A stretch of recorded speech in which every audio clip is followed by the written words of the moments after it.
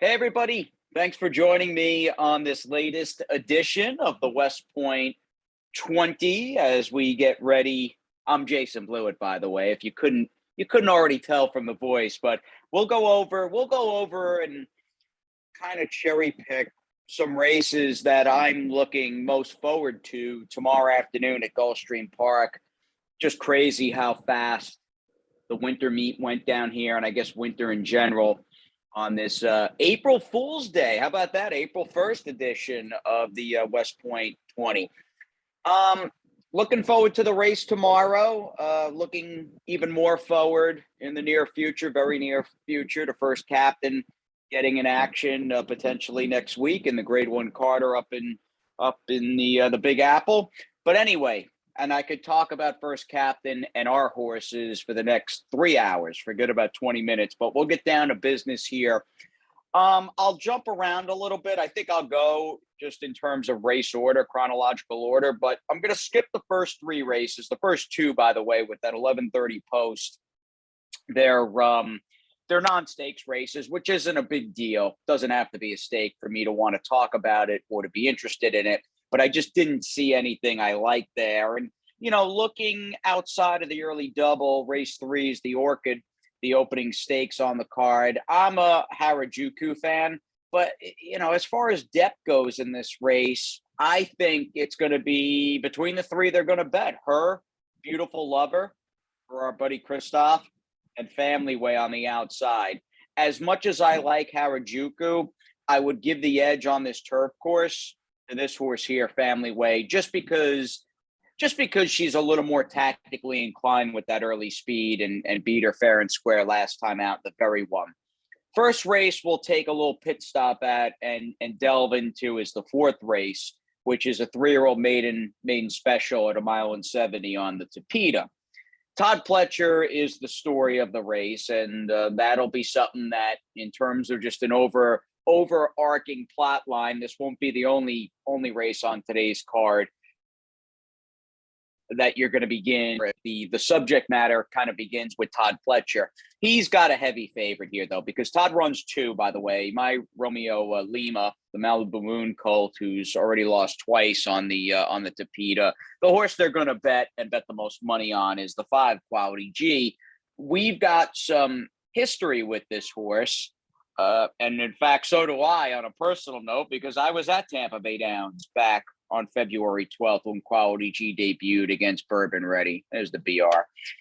This horse ran well. This has been a much talked about race, I think, internally and on chatter as well when I say that amongst the partners, because this race with Money Supply and Vive Bitbn, apologize for the bad French, came up really fast. And that's fine. And Bourbon Ready had a less than ideal trip and ran third. Ran an okay third last Saturday at a distance probably too short of his best on the dirt.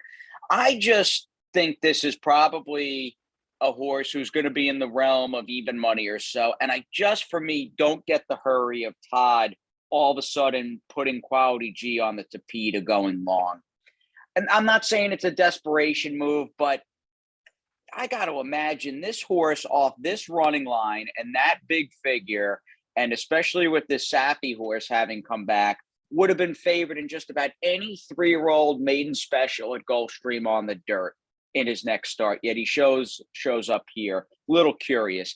I had a little bit of a price idea, and by all means, this is a stab. I don't know if this horse, the 7 Braille, can run, and he's going to have to clearly improve off his first and only race last year. But I think 7/8 on the dirt is the toughest distance to win at first out. And although he was a non-factor, he didn't run poorly. And I do like that even effort. And I think off this good trip or good effort going 7 against a field that was 6 horses aside, script and long-term. I know long-term well for Mike Rapoli. Saw that horse train all fall in Saratoga. I think this is an okay crew of horses Braille ran against, and bred to go long, being the Quality Road Candy Ride, 12-1 on the morning line. This is my price idea in a race where I just something bothers me with Quality G being put on the poly track in his second start off that big debut. I mean, Hall of Dreams is going to take money. This is a private buy for Gary Barber and Wachtel Stable. They did not own this horse last time out when he was second, right around Thanksgiving at Woodbine. He's dangerous, and I would imagine Chad's horse, this More Than Ready Colt Vandermeer on the outside, is dangerous. But Braille for me, my man Shug at a price.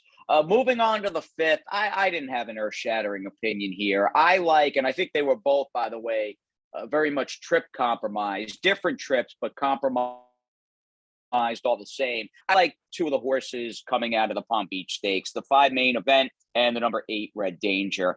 I prefer main event in the rematch here because of his early speed. I just, again, and it's something I've sounded like a broken record on throughout the winter, this turf course is so tilted towards pace and early speed types that I'm not saying closers don't win, but more often than not, you're going to find a horse that either wired or was up on the engine throughout. And I think main event is a little more, in fact, a little more tactically inclined. Red Danger at his best when he's able to just sit back and make that one run. And main event ran well. I mean, wound up in watching this race in no man's land last time, just hung out the dry, 3 wide around both turns, very slow pace. So that's a difficult trip to pull. Red Danger didn't have much of a trip either. And he was widest of all in that race. And Julian rode this horse well, but they do switch to Louis, which I noted. But again, in the rematch, and there might not be that much that separates Red Danger and main event, who I prefer out of anybody else in the Cutler Bay, who, if memory serves, was won by Decorated Invader a couple of years ago on Tis the Law's Florida Derby card. But again, I like main event in the rematch because of his early speed or tactical speed. Looking at the Ghost Sapper, Fearless is 4 to 5 on the morning line. We may, with the first captain, tackle a horse I am a huge fan of next week in Speaker's Corner, who's going to be a clear favorite in the Carter. Fearless looks solid, and I don't know, maybe you make the argument, not that it matters against this field. It is a pretty soft field on paper. Is there an argument he's a little better, Fearless, going 2 turns, which he gets, and doesn't have to run against this powerhouse for Godolphin? But we're going to get him next week with first captain. 7th race, the Sand Springs. Looking around and doing a wish designed by Kitten for Dan Murphy and Kathleen Murphy. Good luck with Dale. That horse is going to be a very big price as she steps up and tries to go long on the grass. I like a horse, actually, that's right next door to the inside of Designed by Kitten. And overall, really just prefer who Stunning Princess the 5 has been facing. I really like this race. I was at Tampa Bay Downs the day they ran the Endeavor. Very salty field of 9. In fact, the winner Bleecker Street rather is 5 for 5. Good tactical speed. She can get up in the game here, and I like Stunning Princess, who we'll see if she's favored. I think she will be favored. She's 3 to 1 on the morning line. I don't know what to do with the favorite in the race, or at least Pete's favorite on the morning line in Stolen Holiday, who primarily, and not that she ran poorly here going long, but spent most of 2021 sprinting on the grass. She's 3 to 5, wins by a pole. Race comes up crazy fast at Tampa Bay Downs. She wires in that spot. I just don't trust her. Like that race, and I'm not saying she doesn't have ability, and this is not a graded stakes on the turf. I just would like to see her repeat that kind of effort in a race that not only is she facing better, she's going to have a different type of race flow. And overall, I think pace picture with Traffic Song, who's got speed down inside for my buddy Jimmy Toner, and Grand Avenue Girl's not slow. And the 6 horse, they've got a Sea Warrior horse up close here on the Timeform US pace figures. She may be up with Miguel early on. Different trip is the point for the number 3 Stolen Holiday. And I, of the 2, if someone thinks it's a coin flip, I way prefer Stunning Princess there for Danny Gargan. I'm very anxious to see what happens in the 8th race tomorrow. It would not be a big day this time of the year down here. big Saturday at Gulfstream without a good-looking 3-year-old maiden special on the dirt, but not a race I want to spend a lot of time looking up pedigrees or anything like that. Many well-bred horses, number of top trainers, a few guys like Todd have more than one horse entered. So I'm going to watch. I'm going to be anxious and excited to see what happens. But if you want any insight or color on the 8th race, you're not going to get it on today's West Point 20. Moving on to the 9th, the Pan American. This is another race, much like the Ghost Sapper field with Fearless, who's going to be a monster favorite. There's just not a lot of depth in this race outside of the big two. I'm not saying it's not an interesting race. And clearly, in terms of if someone was to say, give me your top 3 sort of pre-race keys or pre-race factors, well, it begins with this horse right here in Gafo, who is going out for Christoph, easily the most accomplished and talented horse in the race, having won the Sword Dancer on Travers Day last summer at Saratoga. And he's coming back as a 5-year-old. I hope he'll be joined by another 5-year-old son in Declaration of War at some point in the barn, and Decorated Invader down the line, hopefully sooner than later. But with Gafo back in his 2020 debut, I mean, he's the story of the race.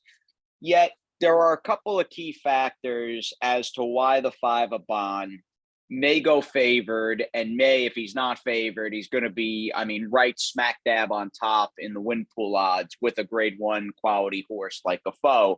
And I think it's twofold. It's timing and running style.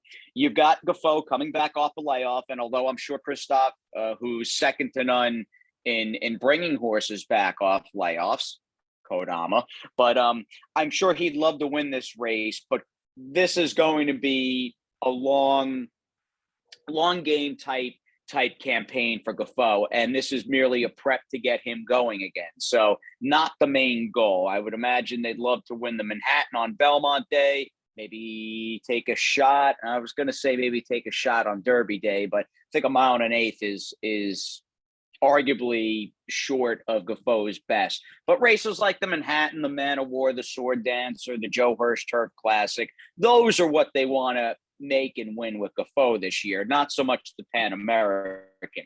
So you've got a Bond who's clearly sharp and has been better than ever in these 3-turn lengthy turf marathons, these long races on the grass. So he's got recency, obviously, over Gafo. And I thought he was vulnerable. I thought, and I wrote in my Horse Player Now a buzz report back on Fountain of Youth Day, I felt as though the cat was really out of the bag, and this horse was going to be an overwhelming favorite in the McDermott and had the proverbial bullseye on his back. And he did. And he didn't get the trip that he wanted, and he didn't run well. But this is what I'm doing with the McDermott. As far as I'm concerned, not a true indicator of what a Bond's capable of, because he's a horse that is best when he's either the point man or even tracking. And in this short field of 7, assuming he breaks okay, and Louis knows him well, even though he got a bad trip last time, this horse is going to get the trip that he wants.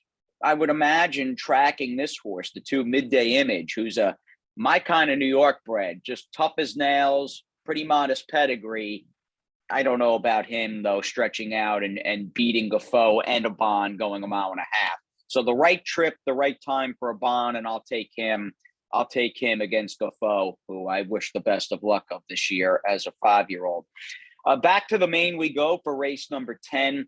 This race struck me as kind of like remember when Derby or something like that, because you've got horses in here, and there's a plethora of them, like Fortin Hill, who cost an arm and a leg, I remember, for Larry Best's OXO equine, and is now a 6-year-old who's only run a half a dozen times and has only run once since basically Travers time in 2020.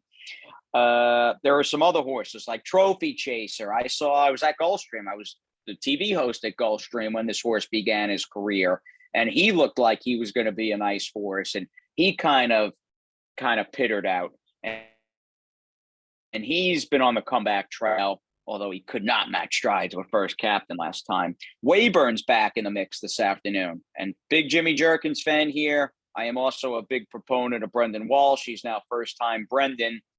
And a horse like Collaborate that's hinted at being okay, but maybe on the biggest days hasn't fully put things together. So again, I feel like as a whole, this is a group of horses looking to get back on track and maybe looking to regain some lost luster. Fulton Hill, I think, is the horse to beat. And I look at Bill Mott. I look at the fact that he was coming off this crazy long layoff here from the 2024 go through earlier this month rather, when he was beaten very little and not a whole heck of a lot by Quick Tempo, and he split that one and Where Paradise Lay in the exacta. I think the frame of mind with him is, those are supposed to be arrows, by the way. He's going to move forward off that race. Needed the race and is coming back. And who knows, 7/8 might be his best distance looking at that win on 4th of July, 2020. I fully expect him to improve. I hate that inside post that he goes from. I just hate it going 7. And I think he's got a real rival to contend with here, layoff or not, of the 4 Weyburn. This horse is 10-1 on the morning line. That seems a little too good to be true, if you ask me. But he is coming off a layoff, and there are questions. And he's a horse, unlike Fulton Hill, who I think or surmise might be best going 7.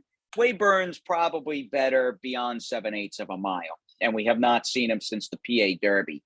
But he was a nice 3-year-old last year, and just runs in a race where, in my mind, there are more questions than answers. And I slot that sort of just general notion alongside the fact that he's not having to run against Mandaloon, Essential Quality, and Hot Rod Charlie, and Midnight Bourbon, and the American Revolution, and good spot for him. And it looks like, again, although this is probably a horse they'd love to maybe make the Met Mile with, and who knows, the Whitney down the road. It looks like, although they have bigger fish to fry, it's got some nice half-mile works. I'm a fan of Weyburn. I think there's just a really, really good spot to come back in. Brendan Walsh, not that it's an easy spot, and Weyburn, again, has got to do it off the layoff and stuff like that. But this would be the kind of field, if I was the trainer, I'd like to bring Weyburn back in against. Collaborates run some monster races. I mean, this race 2 back, I mean, he really was on the scene last year when he won that maiden race with that crazy number. He kind of reminds me a little bit of Charge It this year for Todd Pletcher. And of course, he was 9-2. He's a short price and did not run well, and has not been a stakes quality horse since then. I'm going to venture a guess, or let's just call it an educated guess.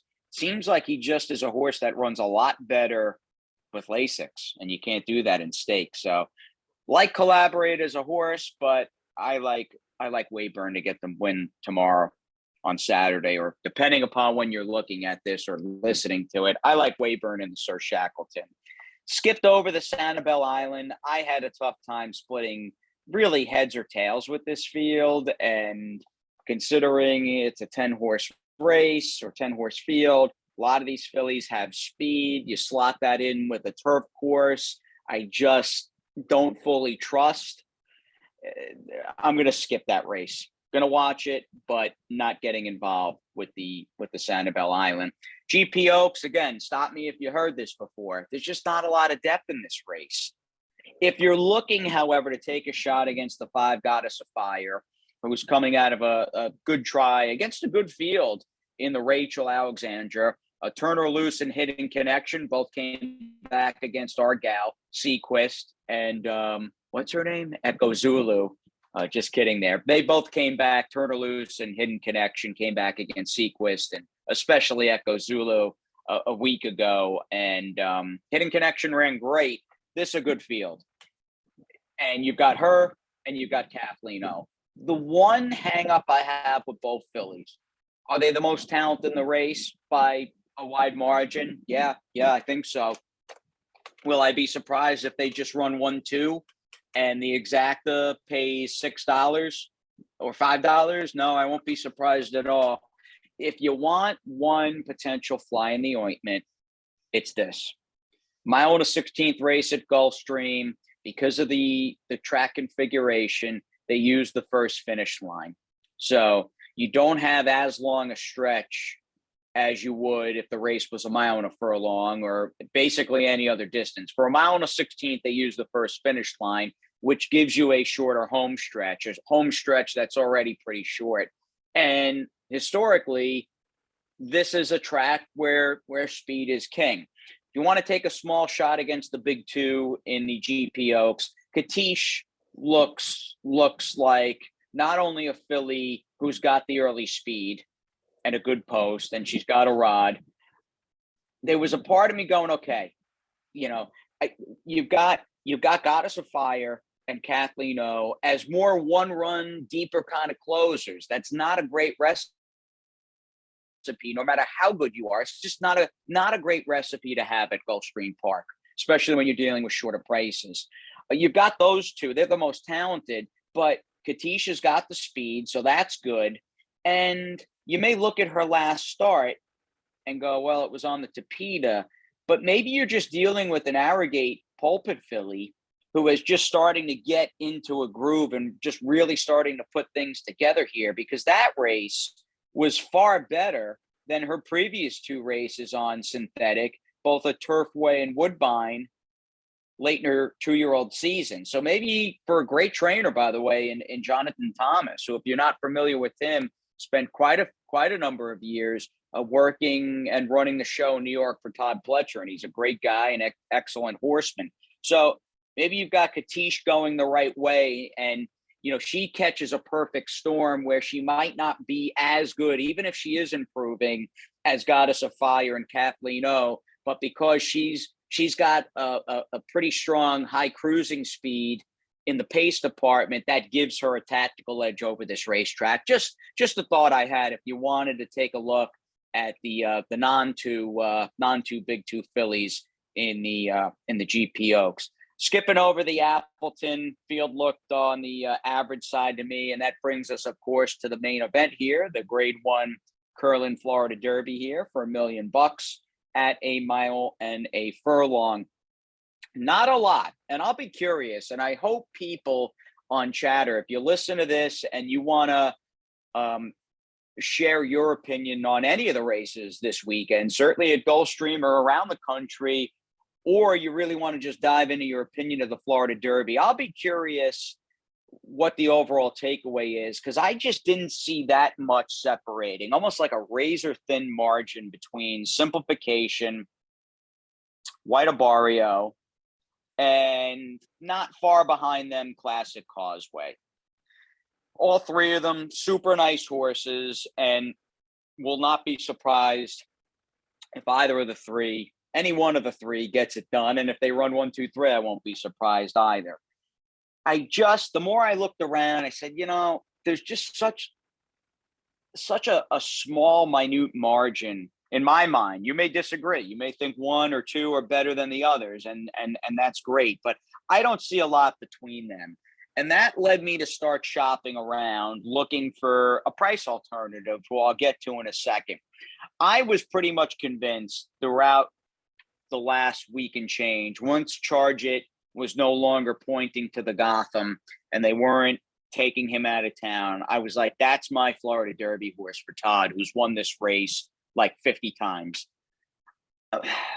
Started looking at the race, and truth be told, I don't know in my mind if I gave White Barrio and Simplification and even a little Classic Causeway, I don't think in my mind, before I looked at the race on paper, I don't think I gave them the credit, and maybe because they beat Giant Game. So, I kind of have a little bit of that going on, but I don't think I gave them the credit that they deserve. They're really nice horses. And so this is not an indictment on Charge It, who I'm dying to see how he runs, but you lack, or he lacks, the seasoning to run against horses that have kind of walked the walk and are battle tested, even though it's Todd. And I couldn't help looking at the undercard, thinking about Sappy's horse, in the Sir Shackleton, that horse Collaborate here, who second time out, crazy figure, wins from here to Calder, and then comes back in the Florida Derby in just his third start, gets bet, pretty short price, and just does not run well. Is Charger a better horse than Collaborate was a year ago? Yeah, maybe. And is he a powerhouse? Yeah, that might be the case. But I'm going to sit this one out with Charge It, even though if you ask me, hey, pick a horse, long game, big picture, we're fast forwarding between March and November, Breeders' Cup time. Who's the best horse that turned out to be the best horse in the Florida Derby? Charge It would be my pick there. So again, not a lot separates White Barrio and Simplification. You heard my thoughts on Charge It. What about Papa Cap here? 2-year-old form, pretty solid, runs well in the Lecomte. If the Kentucky Derby was this Saturday, I think Epicenter would be the favorite. Willing to give him, because his body of work was pretty much so solid and so consistent before the Risen Star. I'm willing to give him a pass for that race. Should get a good trip in this race. I mean, between Charge It having speed, Classic Causeway's not slow. We'll see if one of these long shots gets involved. White Barrio's got a good cruising speed. Maybe a little Cajun's Magic. There should be an honest flow in this race. I don't see anybody getting away with a super easy trip. So drawing a line through his last, he's 10-1. I'm going to say the Risen Star was just a little too bad to be true. And on his best, which he brought for most of his career prior to that race on February 19th, Papa Cap might slot snugly and stack up nicely next to the likes of Simplification, White Barrio, Lynch's Horse, Classic Causeway. And again, if you ask me, pick one who you'd want over the others long term, it's Charge It. I just don't know about beating the crew he's going to face Saturday in the Florida Derby. Maybe I should have called this the West Point. I didn't have a timer going. So this is like the West Point, let's call it West Point 35, West Point 40.